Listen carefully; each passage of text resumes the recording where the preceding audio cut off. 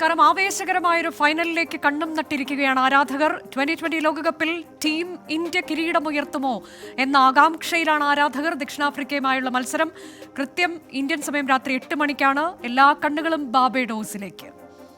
അല്പസമയം മുൻപ് വന്ന വാർത്ത, CPIM-ന്റെ ഇപ്പോൾ പുറത്തു വന്ന വിവാദങ്ങളിൽ മനു തോമസ് നടത്തിയ വെളിപ്പെടുത്തലിൽ CPI-യുടെ വലിയ വിമർശനം പുറത്തു വന്നിട്ടുണ്ട്. ഇതടക്കം ഇന്നത്തെ വാർത്തകൾ സമഗ്രമായി പ്രേക്ഷകരെ അറിയിക്കുകയാണ് ഇന്ന് സംഭവിച്ചത്. എല്ലാ പ്രേക്ഷകർക്കും സ്വാഗതം. ആദ്യം പ്രധാന വാർത്തകൾ.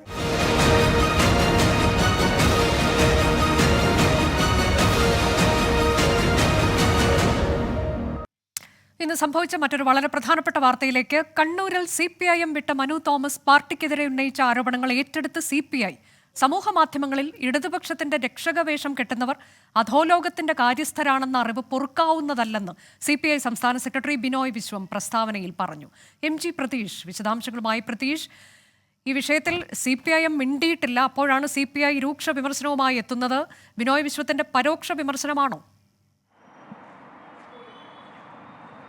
അനുജ, തീർച്ചയായും. കാരണം മനു തോമസിന്റെ വെളിപ്പെടുത്തലിൽ CPM നേതാക്കൾ മുഖം തിരിക്കുമ്പോഴാണ് അതിരൂക്ഷമായ വിമർശനവുമായി CPI തന്നെ ഇപ്പോൾ രംഗത്ത് വന്നിരിക്കുന്നത്. ബിനോയ് വിശ്വം വാർത്താക്കുറിപ്പിലൂടെയാണ് ഇക്കാര്യങ്ങൾ അല്ലെങ്കിൽ CPIയുടെ തന്നെ നിലപാട് വ്യക്തമാക്കിയിരിക്കുന്നത്. അതൊരു പരോക്ഷ വിമർശനമല്ല, പ്രത്യക്ഷമായി തന്നെ അതിരൂക്ഷമായ വിമർശനമാണ് ബിനോയ് വിശ്വം നടത്തിയിരിക്കുന്നത്. കണ്ണൂരിൽ നിന്ന് പുറത്തു വരുന്ന വാർത്തകൾ കമ്മ്യൂണിസ്റ്റ് പ്രസ്ഥാനത്തെ വേദനിപ്പിക്കുന്നതാണ് എന്നതാണ് ബിനോയ് വിശ്വം പറയുന്ന കാര്യം. ഒപ്പം ഈ സ്വർണം പൊട്ടിക്കുന്നതിൻ്റെയും അധോലോക അഴിഞ്ഞാട്ടത്തിൻ്റെയും കഥകൾ പുറത്തു വരുന്നത് ചെങ്കൊടിക്കാകെ അപമാനമാണ് എന്ന് ബിനോയ് വിശ്വം പറയുന്നുണ്ട്. സമൂഹ മാധ്യമങ്ങളിൽ ഇടതുപക്ഷത്തിന്റെ രക്ഷകവേഷം കെട്ടുന്നവർ അധോലോകത്തിന്റെ കാര്യസ്ഥരാണെന്ന അറിവ് ഇടതുപക്ഷത്തിന്റെ ബന്ധുക്കൾക്ക് പൊറുക്കാനാവില്ല എന്നതാണ് ബിനോയ് വിശ്വം പറയുന്ന മറ്റൊരു കാര്യം. പ്രസ്ഥാനത്തിനേറ്റ തിരിച്ചടികളിൽ ഇത്തരക്കാരുടെ പങ്കും ചെറുതല്ല എന്നുകൂടി ബിനോയ് വിശ്വം പറയുന്നുണ്ട്. മാത്രമല്ല, ഇടതുപക്ഷം അതിന്റെ പ്രഖ്യാപിത ലക്ഷ്യങ്ങൾ മറന്നുപോയെന്ന് ചിന്തിക്കാൻ ജനങ്ങളെ പ്രേരിപ്പിക്കുന്ന കാര്യങ്ങൾ കൂടിയാണ് ഇപ്പോൾ പുറത്തു വരുന്നത് എന്നതാണ് ബിനോയ് വിശ്വത്തിന്റെ വിമർശനം. അവരിൽ നിന്ന് ബോധപൂർവം അകൽച്ച പാലിച്ചുകൊണ്ട് ഇടതുപക്ഷത്തിന് ജനവിശ്വാസം വീണ്ടെടുക്കാൻ കഴിയൂ എന്ന് കൂടി ഈ വാർത്താക്കുറിപ്പിലൂടെ ബിനോയ് വിശ്വം പറയുന്നുണ്ട്. ചീത്തപ്പണത്തിന്റെ ആജ്ഞാനുവർത്തികളായി മാറി അധോലോകത്തിന്റെ പിൻപറ്റുന്നവർ ഇടതുപക്ഷത്തെ ഒറ്റുകൊടുക്കുന്നവരാണെന്നും അവർക്ക് മാപ്പില്ല എന്ന് പറയാനുള്ള ഒരു കടമ ഇടതുപക്ഷത്തിനുണ്ട് എന്നുമാണ് ബിനോയ് വിശ്വം പറയുന്നത്. അതായത് അതിരൂക്ഷമായ വിമർശനം തന്നെയാണ് മനു തോമസിന്റെ വെളിപ്പെടുത്തലുമായി ബന്ധപ്പെട്ടും കണ്ണൂരിൽ നടക്കുന്ന ഇത്തരത്തിലുള്ള രാഷ്ട്രീയ വിവാദങ്ങളിലും CPI പങ്കുവയ്ക്കുന്ന നിലപാട്. കണ്ണൂരിൽ നിന്ന് പുറത്തു വരുന്ന വാർത്തകൾ ചെങ്കൊടിക്ക് തന്നെ അപമാനം എന്നതാണ് ബിനോയ് വിശ്വത്തിന്റെ വിമർശനം. അതിനിടെ മനു തോമസിന്റെ ഗുരുതര ആരോപണങ്ങളിൽ മൗനം തുടരുകയാണ് CPIM നേതൃത്വം. വിവാദങ്ങളെക്കുറിച്ച് കണ്ണൂർ ജില്ലാ സെക്രട്ടറിയോട് ചോദിക്കണമെന്നായിരുന്നു സംസ്ഥാന സെക്രട്ടറി MV ഗോവിന്ദന്റെ പ്രതികരണം. P ജയരാജനും ചോദ്യങ്ങളിൽ നിന്ന് ഒഴിഞ്ഞുമാറി. മനു തോമസിനെ പ്രകോപിപ്പിച്ചാൽ കൂടുതൽ വെളിപ്പെടുത്തലുകൾ ഉണ്ടാകുമെന്ന് യൂത്ത് കോൺഗ്രസ് സംസ്ഥാന അധ്യക്ഷൻ രാഹുൽ മാങ്കൂട്ടത്തിൽ പറഞ്ഞു. സ്വർണ്ണക്കടത്ത്, കൊട്ടേഷൻ ബന്ധം, വിദേശത്തടക്കം വ്യവസായം എന്നിങ്ങനെ P ജയരാജനെതിരെ മനു തോമസിന്റെ ഗുരുതരാരോപണങ്ങൾ. എന്നാൽ വിശദീകരണത്തിനോ പ്രതിരോധത്തിനോ മുതിരാതെ പാർട്ടി നേതൃത്വം. ജില്ലാ നേതൃത്വത്തെ മറികടന്ന് P ജയരാജൻ സമൂഹ മാധ്യമത്തിൽ മനുവിനോട് ഏറ്റുമുട്ടിയത് പ്രശ്നം വഷളാക്കിയെന്ന് ഒരു വിഭാഗം നേതാക്കളുടെ വിമർശനം. കണ്ണൂർ പാർട്ടി നേരിടുന്നത് സമീപകാലത്തെ കടുത്ത പ്രതിസന്ധി. കൊലക്കേസ്, സ്വർണ്ണക്കടത്ത് പ്രതികളും P ജയരാജനായി സൈബർ പോരിനിറങ്ങിയത് പാർട്ടിയെ കൂടുതൽ പ്രതിസന്ധിയിലാക്കി. ആരോപണങ്ങളോട് പ്രതികരിക്കാതിരുന്ന സംസ്ഥാന സെക്രട്ടറി MV ഗോവിന്ദൻ കണ്ണൂർ ജില്ലാ സെക്രട്ടറിയോട് ചോദിക്കാൻ പറഞ്ഞൊഴിഞ്ഞു. എന്തിനാണ് പ്രതികരിക്കേണ്ടത്? അവിടെ ഏതോ ഒരു ജില്ലാ കമ്മിറ്റി മെമ്പറുമായി ബന്ധപ്പെട്ട പ്രശ്നത്തിനകത്ത് ഞങ്ങൾ സ്റ്റേറ്റ് കമ്മിറ്റീൻ്റെ ഭാഗമായിട്ട് എന്ത് പ്രതികരിക്കാനാണ്? അത് നിങ്ങളുണ്ടാക്കുന്ന വാർത്തയാണ്. ഒരു നേതാവില്ല. അത് അവിടെ തന്നെ MV ജയരാജനോട് ചോദിച്ചാൽ മതി. പ്രതികരണത്തിന് MV ജയരാജനും തയ്യാറായില്ല. മൗനം വിദ്വാനുഭൂഷണമെന്ന് മാത്രം പ്രതികരിച്ച് P ജയരാജൻ. യാതൊന്നും പറയാനില്ല. സംഘങ്ങളുമായൊക്കെ ബന്ധമുണ്ട് എന്നാണ് ആരോപണം.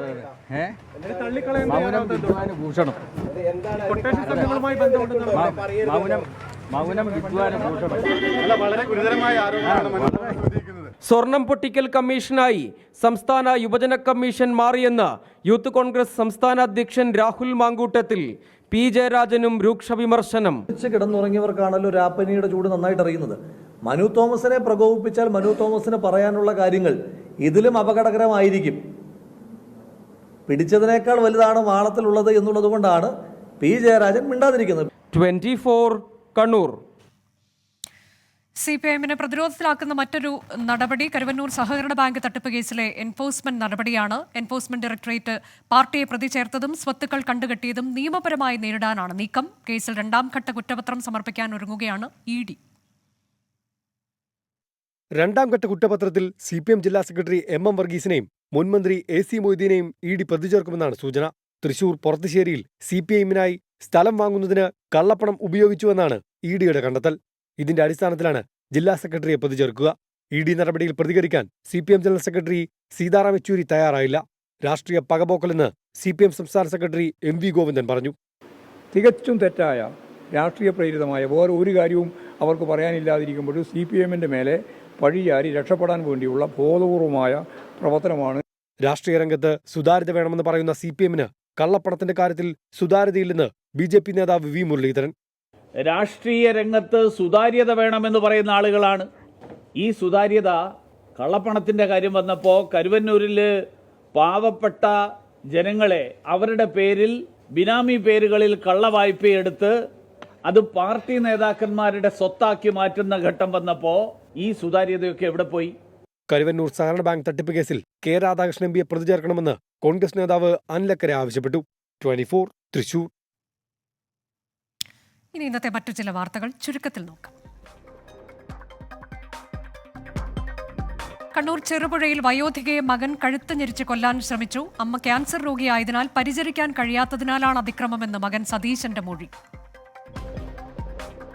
പൂക്കോട് വെറ്ററിനറി കോളേജ് വിദ്യാർത്ഥി JS സിദ്ധാർത്ഥന്റെ മരണത്തിൽ പ്രതികൾക്ക് പരീക്ഷ എഴുതാൻ അനുമതി നൽകിയതിനെതിരെ കുടുംബം ഗവർണറെ കണ്ടു. പ്രതികൾക്ക് പരീക്ഷ എഴുതാൻ അനുമതി ലഭിച്ചതിൽ സർവകലാശാലയ്ക്ക് വീഴ്ച പറ്റിയെന്ന ആരോപണം. പരാതി പരിശോധിക്കാമെന്ന് ഗവർണർ ഉറപ്പ് നൽകിയെന്ന് പിതാവ്.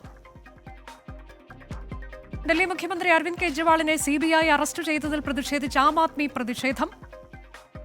മേഖലയിൽ നിരോധനാജ്ഞ പ്രഖ്യാപിച്ചു. ആപ്പിന്റെ ഓഫീസിന് മുന്നിൽ ഡൽഹി പോലീസിനെയും കേന്ദ്രസേനയെയും വിന്യസിച്ചു.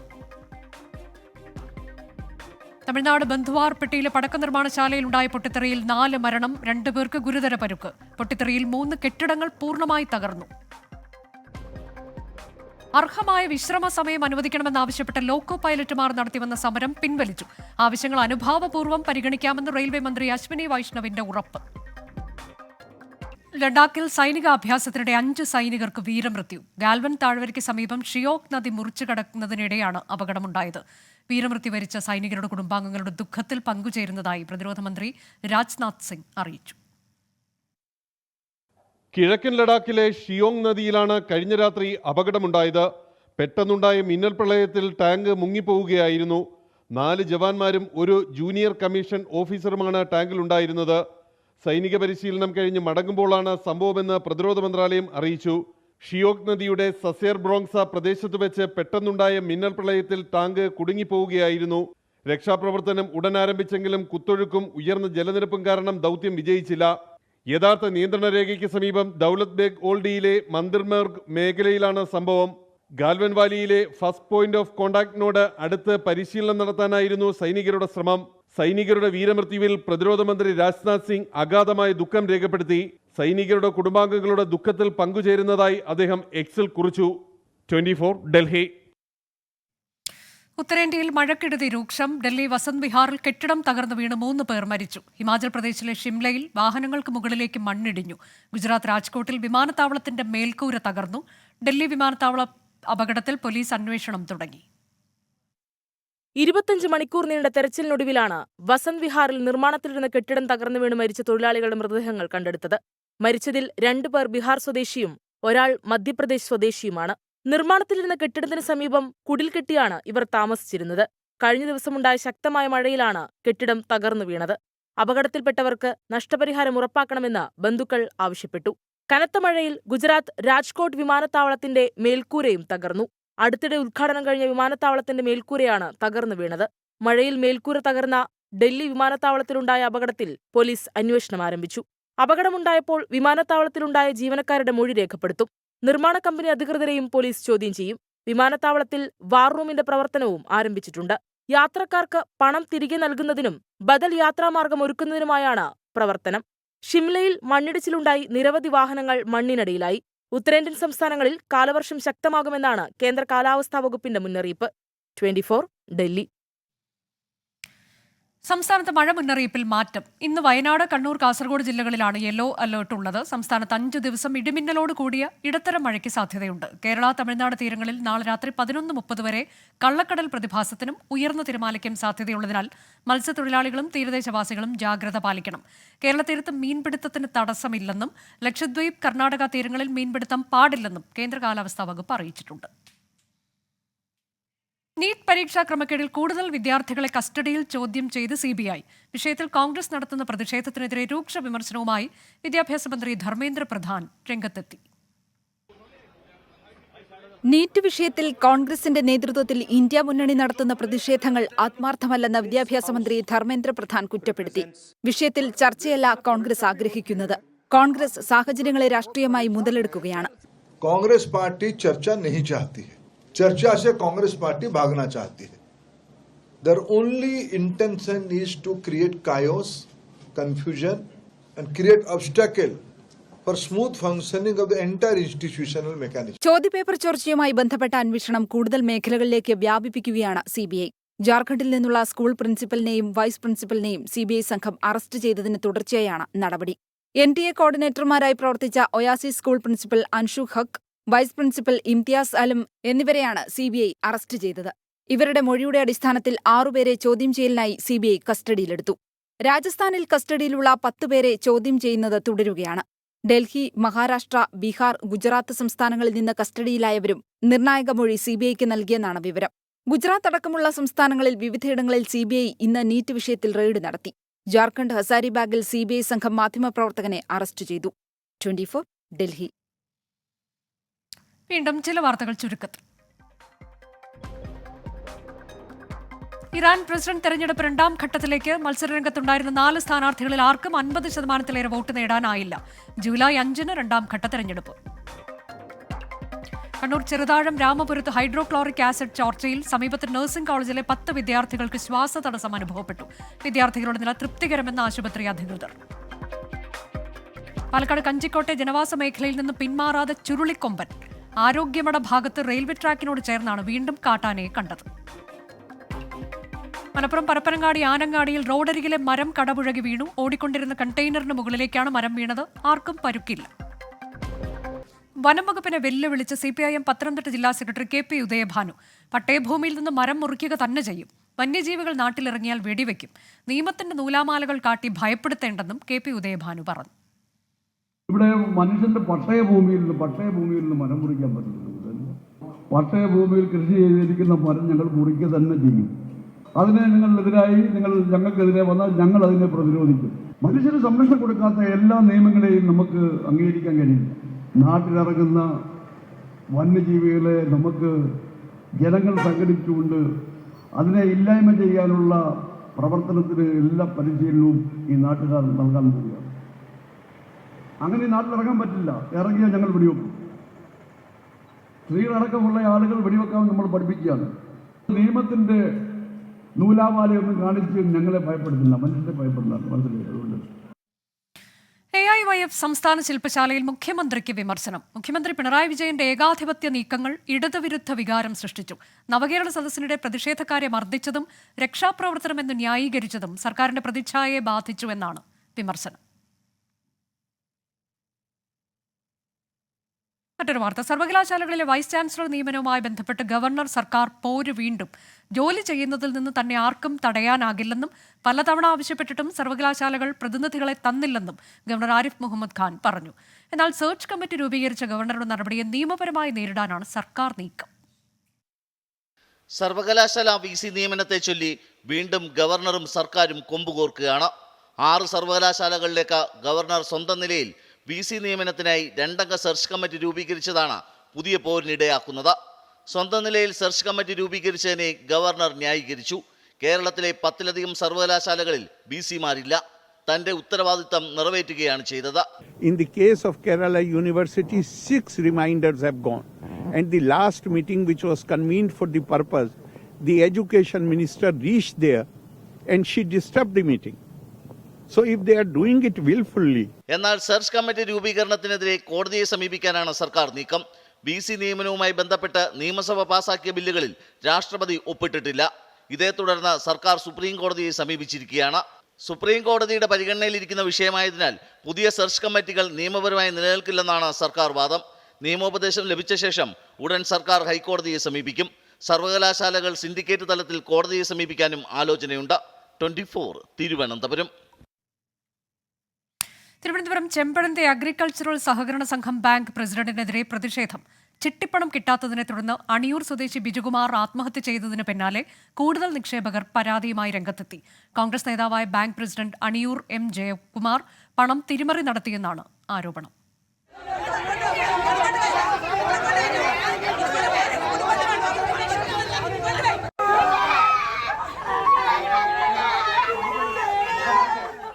രണ്ടര ലക്ഷം രൂപയാണ് മരിച്ച ബിജുകുമാറിന് ബാങ്ക് നൽകാനുള്ളത്. മാസങ്ങളോളം ബാങ്കിൽ കയറിയിറങ്ങിയിട്ടും ഫലമുണ്ടായില്ല. ഇന്ന് പുലർച്ചെയാണ് ബാങ്ക് പ്രസിഡന്റ് അണിയൂർ എം ജയകുമാറിന്റെ പേരെഴുതി വെച്ച ബിജുകുമാർ ജീവനൊടുക്കിയത്. ബന്ധുക്കളും നാട്ടുകാരും മൃതദേഹവുമായി ബാങ്കിന് മുന്നിൽ പ്രതിഷേധിച്ചു. വിവരമറിഞ്ഞ് കൂടുതൽ നിക്ഷേപകർ ബാങ്കിലെത്തി. വന്ന് ചോദിക്കുമ്പോൾ വിളിച്ചു കഴിഞ്ഞാൽ ഫോൺ എടുക്കുന്നില്ല. ഇവിടെ വന്നിട്ട് ചോദിക്കുമ്പോൾ തരാന്ന് മാത്രമാണ് റിയാക്ട് ഉള്ളൂ. അവർ ഒന്നും ചെയ്യാൻ പറ്റുന്നില്ല. 5 ലക്ഷം രൂപ ഞങ്ങൾക്ക് തന്ന് 5 ലക്ഷം രൂപ തന്നതിന് ശേഷം പിന്നെ 4 ലക്ഷം ഇവിടെ ഇട്ടേക്കണം. അതിന്റെ പലിശ തരാന്ന് പറഞ്ഞ് ഇപ്പം ഞങ്ങൾക്ക് 4 ലക്ഷം രൂപ കിട്ടാനുണ്ട്. ഒരുപാട് ദിവസം കൊണ്ട് ഇറങ്ങിക്കാണ് ഇന്ന് തരാം നാളെ തരാം എന്ന് പറയണല്ലാതെ ഒരു ഇതുമില്ല. ഇവിടെ വരപ്പം സാറിനെ കാണാനില്ല, സാറ് മുങ്ങും. പ്രതിഷേധം കടുത്തതോടെ ജോയിന്റ് രജിസ്ട്രാർ ഉൾപ്പെടെ സ്ഥലത്തെത്തി. അന്വേഷിച്ച് നടപടിയെടുക്കുമെന്ന് ഉറപ്പു നൽകിയതോടെ ബന്ധുക്കൾ ബിജുകുമാറിന്റെ മൃതദേഹവുമായി മടങ്ങി. അണിയൂർ സ്വദേശിയായ ബിജുകുമാർ പിക്കപ്പ് ഡ്രൈവറായിരുന്നു. ഭാര്യയും 2 പെൺമക്കളുമുണ്ട്. 24 തിരുവനന്തപുരം. സംസ്ഥാനത്ത് വിവിധയിടങ്ങളിലുണ്ടായ വാഹനാപകടങ്ങളിൽ 3 മരണം. പത്തനംതിട്ട പൂങ്കാവിൽ നിർത്തിയിട്ട ടിപ്പറിന് പിന്നിലിടിച്ച് സ്കൂട്ടർ യാത്രികയ്ക്ക് ഗുരുതരമായി പരുക്കേറ്റു. പാലക്കാട് ഇ ബുൾജറ്റ് ബ്ലോഗർമാരുടെ വാഹനം കാറുമായി കൂട്ടിയിടിച്ചു. മൂന്നാറിന് സമീപം ജീപ്പ് കൊക്കയിലേക്ക് മറിഞ്ഞു. ഗുണ്ടുമല സ്വദേശിയായ ഡ്രൈവർ മുനിയാണ്ടി മരിച്ചു. 6 പേർക്ക് പരുക്കേറ്റു. വാഹനമോടിക്കുന്നതിനിടെ മുനിയാണ്ടിക്ക് ശാരീരിക അസ്വാസ്ഥ്യമുണ്ടായതാണ് അപകട കാരണം. കണ്ണൂർ മാനന്തേരിയിൽ നിയന്ത്രണം വിട്ട കാർ മരത്തിലിടിച്ച് അയ്യപ്പൻകാവ് സ്വദേശി ജമീല മരിച്ചു. 4 പേർക്ക് പരുക്കേറ്റു. കോഴിക്കോട് ബാലുശ്ശേരി ബ്ലോക്ക് റോഡ് ജംഗ്ഷനിൽ സ്വകാര്യ ബസ് ഇടിച്ച് പരുക്കേറ്റിയാൽ ചികിത്സയിലിരിക്കെ മരിച്ചു. പാലോളി സ്വദേശി അബ്ദുൽ സലാമാണ് മരിച്ചത്. ബുധനാഴ്ചയായിരുന്നു അപകടം. കോഴിക്കോട് കാരശ്ശേരി മാടമ്പുറം വളവിൽ റോഡിൽ നിന്ന് തെന്നിമാറിയ ടാങ്കർ ലോറി മതിലിലിടിച്ച് ഡ്രൈവർക്ക് പരുക്കേറ്റു. Lorry KSRTC ബസുമായി കൂട്ടിയിടിക്കാതിരുന്നത് തലനാരിഴയ്ക്ക്.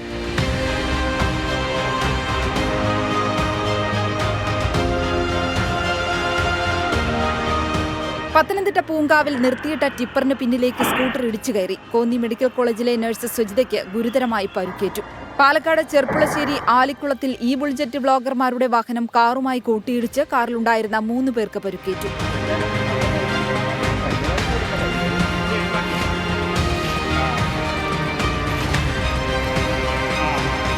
പട്ടാമ്പി പെരിന്തൽമണ്ണ പാതയിൽ ആമയൂരിൽ സ്വകാര്യ ബസും ടൂറിസ്റ്റ് ബസും കൂട്ടിയിടിച്ചു. ആർക്കും പരുക്കില്ല. അപകടത്തിൽ സ്വകാര്യ ബസിന്റെ മുൻഭാഗം തകർന്നു. News desk 24. യൂറോ കപ്പ് വാർത്തയിലേക്ക്. കാൽപന്തോളം.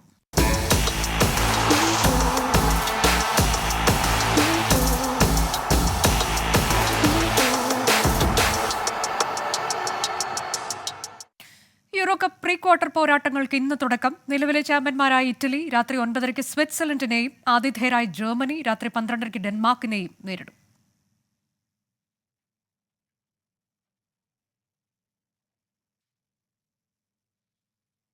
മറ്റു ചില വാർത്തകൾ കൂടി ചുരുക്കത്തിൽ നോക്കാം.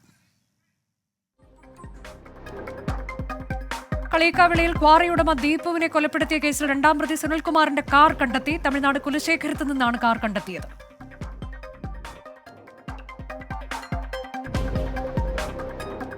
പത്തനംതിട്ടയിൽ പോത്തുപാറയിൽ വളർത്തുനായെ പെരുമ്പാമ്പ് വിഴുങ്ങി. തൃപ്പൂണിത്തുറ സർക്കാർ ആയുർവേദ ആശുപത്രിയുടെ ലിഫ്റ്റിൽ പെരുമ്പാമ്പിനെ കണ്ടെത്തി. പെരിയാറിൽ രാസമാലിന്യം ഒഴുക്കിയ കമ്പനിക്കെതിരെ കേസെടുത്ത പോലീസ്. സിജി ലൂബ്രിഗേറ്റ് എന്ന കമ്പനിക്കെതിരെയാണ് നടപടി.